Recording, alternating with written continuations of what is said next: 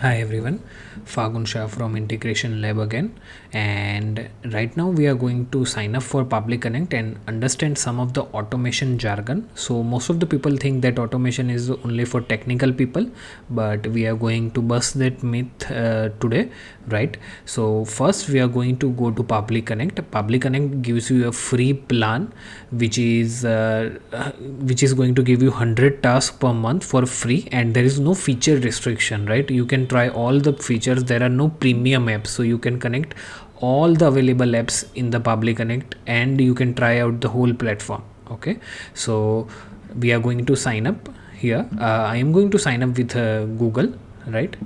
So Google, and I'm going to sign up with my this email address.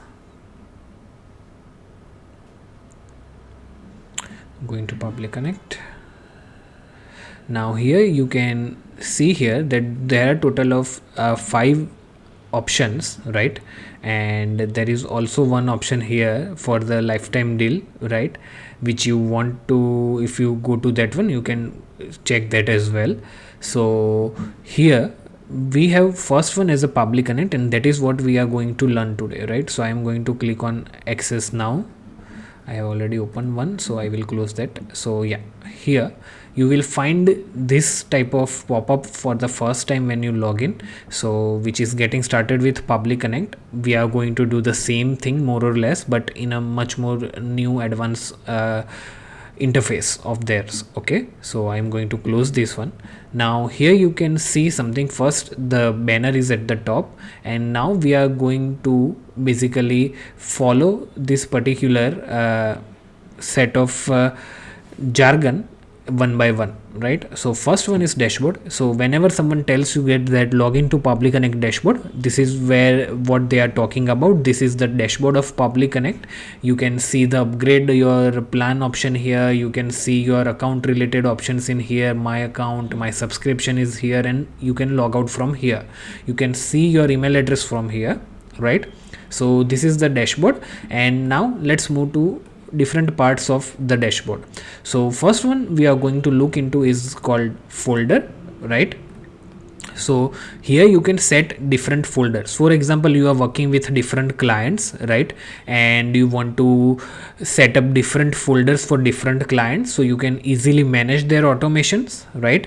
Then you can click on this folder and let's say client 1, okay, or John Doe is my first client. So I will create the folder with John Doe name, and you can see that that folder is automatically selected right now. Okay, so that was folder. You can create unlimited number of folders, right? And in case you want to rename them, there is an option for rename here and delete as well, right? So let's move to the next step. Next one is settings. So this is very important because in settings you get one of the most important thing, which is your task usage, right? So your tasks were reset on, this is the time when I signed up for the account, right? So it shows you last what can I say, the reset of your task, right? And the total number of tasks allotted are 100. Total tasks consumed, which are the tasks you have already used. I will mention that as well, that how exactly tasks are counted, what is exactly task is considered inside Public Connect, right? Because many people have that kind of confusion as well. And here you can see the remaining tasks. Let's come to the second tab. So the second tab is about team member. Now Public Connect gives you unlimited team member feature, right, for all the plans available. Okay, so here you can see the team member. You can just select the add your team member. You can enter their Public Connect email address. Make sure they have a Public Connect account already set up. Okay, and then you can select the workflow and add them to particular workflow as a team member. So they will only have that one workflow access. They cannot access your other pre-created workflow, but they can create new workflow as well. You can see more details in this video, and I will also explain this in future video. Okay, now let's go to the time zone. Okay, so this time zone is only for checking the history of Public Connect and setting up the schedule module. Okay, it won't be usable inside delay module, which we are going to see in next video most probably. Okay, so here my time zone is Asia, Kolkata, so I will just update it. Okay, and now once the settings is done, we will move to the help. So many people have question like how we can access the Public Connect support. So you can click on help. If you want to check everything on your self, then you can check their video tutorial. You can check their YouTube channel as well, right? You can click on this video. Basically you can click on YouTube and it will take you them to their particular YouTube channel, right?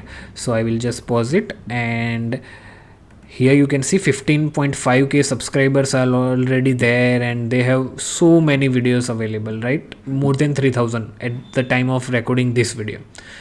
Next, you have option to ask a question. I will create a separate video on how exactly ask any automation related questions. Okay, but just to show you, this is the help section of Public Connect, and it will take you to forum.public.com, which is their official support channel.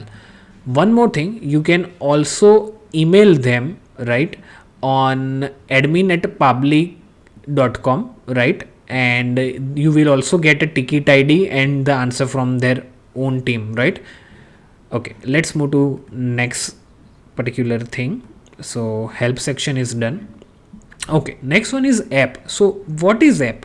Let's suppose you want to send data of Facebook lead ads to your Google Sheet, or maybe you want to connect your Elementor Pro form to your Google Sheet, right?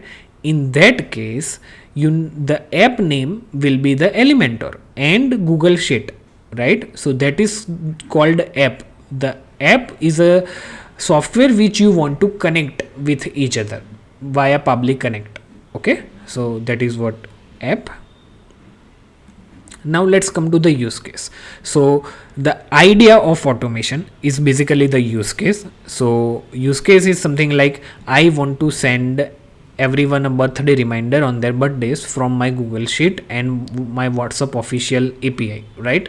So that is your use case. Now this is a very simplified use case actually, in a very simplified language actually. So basically what you need to actually explain with the use case is what trigger you want to use and what action you want to implement with that particular trigger.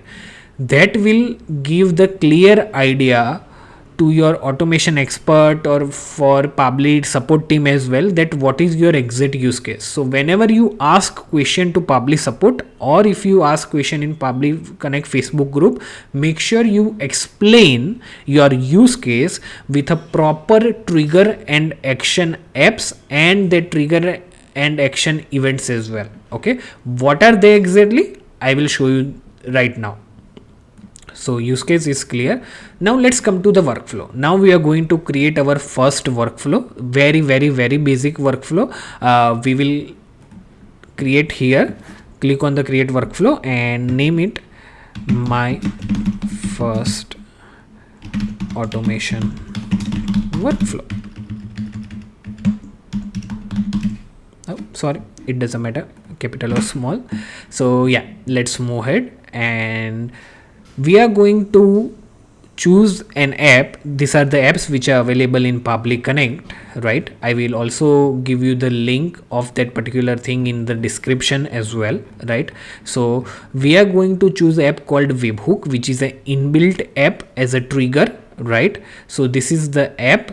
If you choose something else, let's suppose you want to choose Elementor, right? And then you will have something called choose app and trigger event.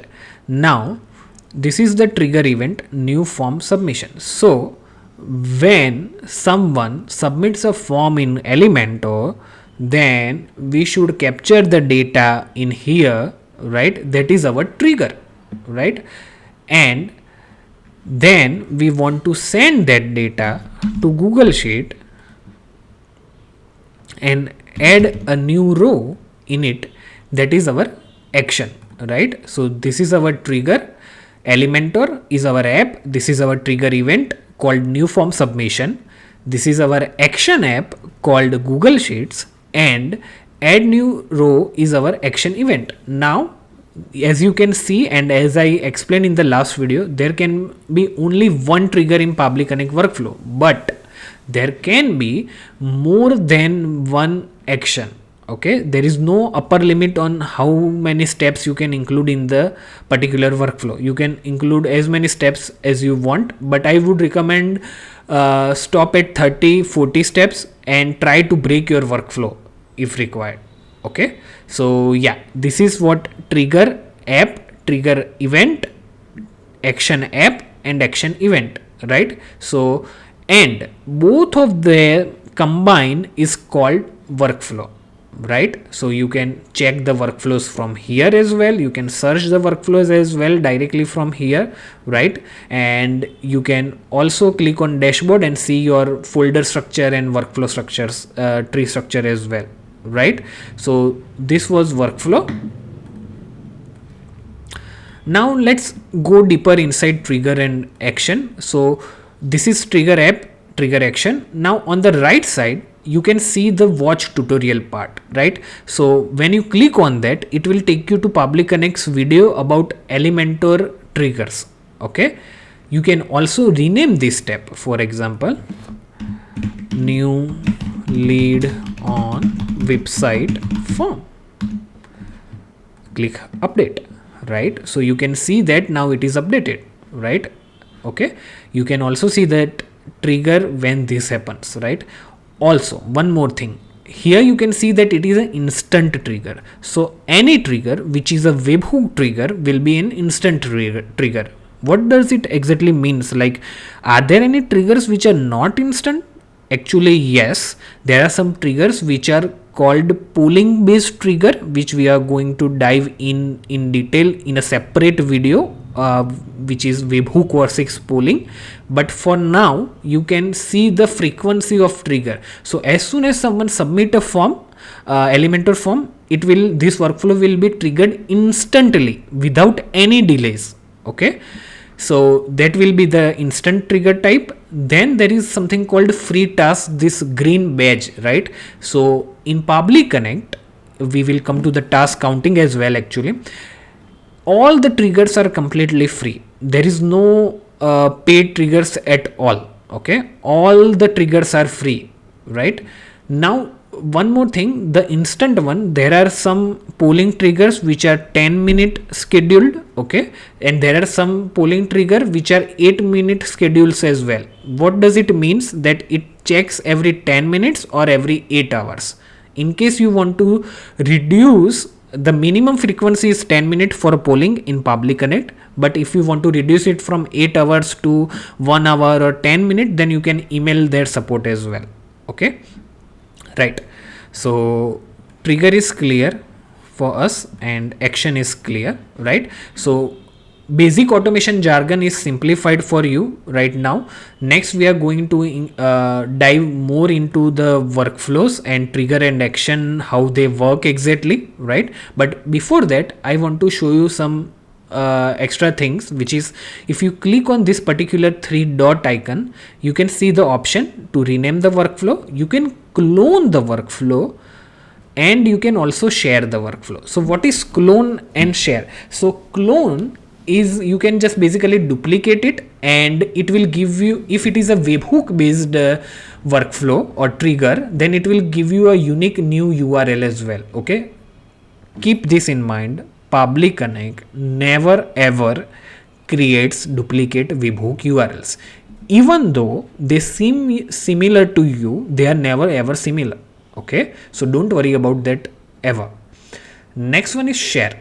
So share is a one-click import link you can give to your other friends or your other freelancers, which they can import the workflow. Remember in this thing that when workflows are imported, the connections are not imported. For example, you have used your API key, then they need to use their own API key. Only the workflow structure and the current mappings are passed on. Okay, even the webhook URL is automatically changed in their own account. So share is something like export and import kind of thing, okay, in a one way. Then add team member, we have already discussed it. If you want to move this particular workflow to a particular folder, then use this option. Workflow history, which you can see the history of workflow in detail. We are going to talk that in a minute, okay. And then there is a edit log option, so you can see when this workflow was last edited. For example, you have added multiple team members in this particular workflow, right? Then who made the last edit on which date and which time, you can see it from here, right?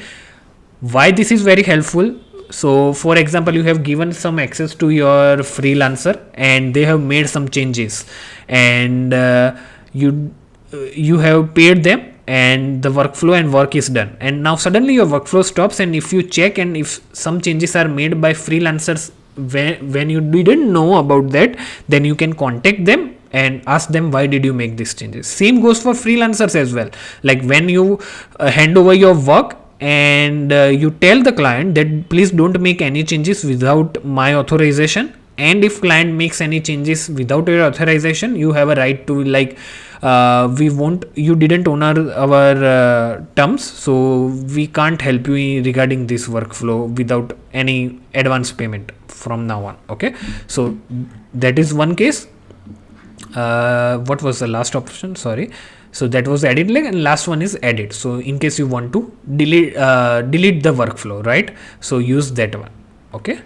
So history is on the left side. You can see the history for this particular workflow. If you are coming from a workflow, if you go to dashboard and if you go to history, then there is no filter applied, right? You are seeing history for all the workflow, and then you can filter out the things, okay. We are going to dive deep in all those things, but this is just an overview of the dashboard, how Public Connect is working and everything, right? So yeah, this whole thing is done, and in next video we are going to see some more jargons and some more in-depth tutorial regarding the workflow and history, okay. So see you in the next video. Thank you. Bye bye.